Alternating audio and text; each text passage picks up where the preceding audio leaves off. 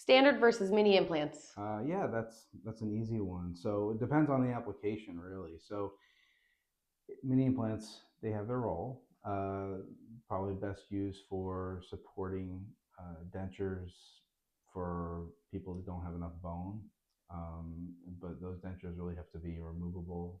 They're not very wide, and so they really can't resist a lot of load and stresses that are put on them.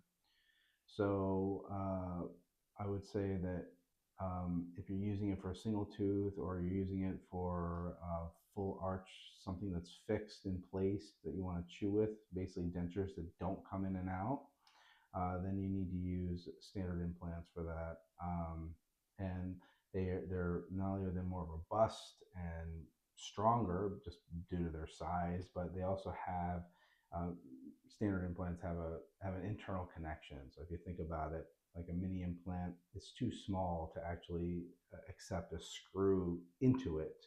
I actually have one right here, right here. So, well, mini implant there, you can see that there's just a screw, just a ball on top.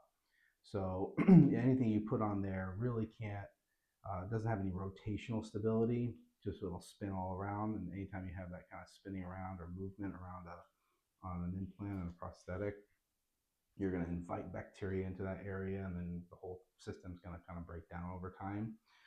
But a standard implant, which I have here, is a lot wider and a lot thicker and has an internal connection.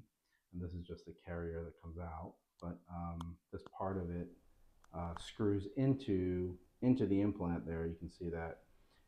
And so that screwing into the implant is a much more stable connection, and the prosthetic that goes on top of it will be much more stable. So that's probably the most fundamental difference, not only size, but just the way things connect to it.